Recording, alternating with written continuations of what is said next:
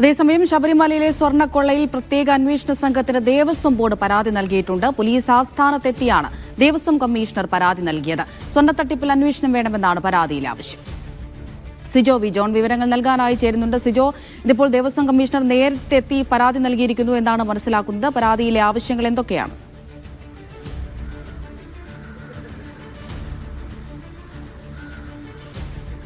ഈ ശബരിമല സ്വർണ്ണക്കൊള്ള സംബന്ധിച്ച് ഹൈക്കോടതി നിർദ്ദേശപ്രകാരമാണ് വിജിലൻസ് വിഭാഗം പരിശോധന നടത്തിയത്. ഈ പരിശോധനയിൽ കണ്ടെത്തിയത് ഗുരുതരമായ ക്രമക്കേടുകൾ തന്നെയാണ്.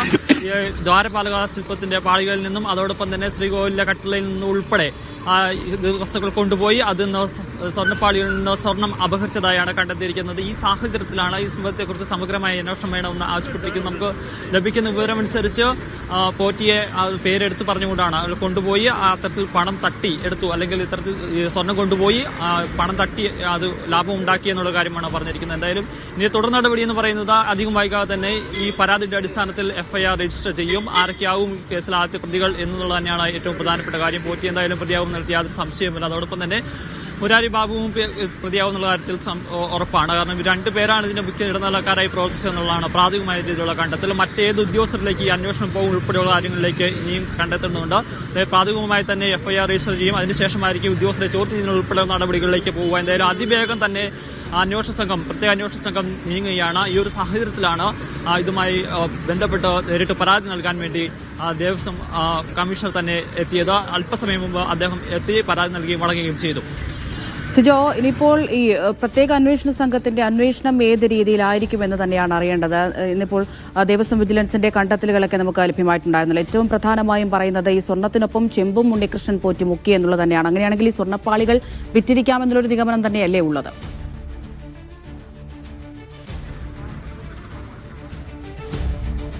അത് തെളിയിക്കുന്ന വിവരങ്ങൾ തന്നെയാണ് വിജിലൻസിന് ലഭിച്ചിരിക്കുന്നത്. ഇവിടെ നിന്ന് സ്വർണ്ണപ്പാളികൾ കൊണ്ടുപോകുന്നു. അതിനുശേഷം അവിടെ എത്തി അതിൽ ഉരുക്കി സ്വർണം അതിൽ നിന്ന് എടുത്തു. അതിനുശേഷം 474 ഗ്രാം സ്വർണ്ണത്തോളം പോറ്റി അവിടെ നിന്ന് എടുക്കുകയും ചെയ്തിട്ടുണ്ട് എന്നുള്ളതാണ് പ്രാഥമികമായിട്ടുള്ള കണ്ടെത്തൽ.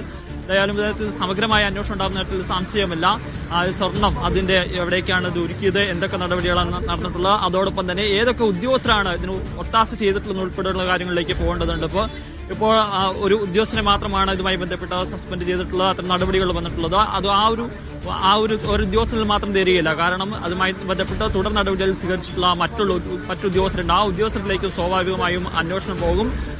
ദേവസ്വം ബോർഡ് ഉദ്യോഗസ്ഥർ മാത്രമല്ല, ഭരണസമിതി അംഗങ്ങൾക്കും അവരുടെ ഇക്കാര്യത്തിൽ എത്രത്തോളം പങ്കുണ്ടെന്നുള്ള കാര്യം അറിയേണ്ടതുണ്ട്. അക്കാര്യങ്ങളിലേക്കും തീർച്ചയായും പോകുന്ന കാര്യത്തിൽ സംശയമില്ല. ദേവസ്വം ബോർഡിലെ മുൻ പ്രസിഡന്റുമാരെ ഉൾപ്പെടെ ചോദ്യം ചെയ്തിട്ടുള്ള സമഗ്രമായ ഒരു അന്വേഷണത്തിലേക്കാണ് എന്തായാലും പോവുക. അത്തരത്തിലുള്ള ഒരു അന്വേഷണം വേണം എന്നൊരു ആവശ്യം തന്നെയാണ് ഹൈക്കോടതിയും മുന്നോട്ട് വെച്ചിരിക്കുന്നത്. എന്തായാലും ഈ FIR ഇന്നത്തെ ലഭിച്ചിരിക്കുന്ന പരാതിയുടെ അടിസ്ഥാനത്തിലായിരിക്കും FIR ഇട്ട് തുടർ നടപടികളുമായി മുന്നോട്ട് പോകുക.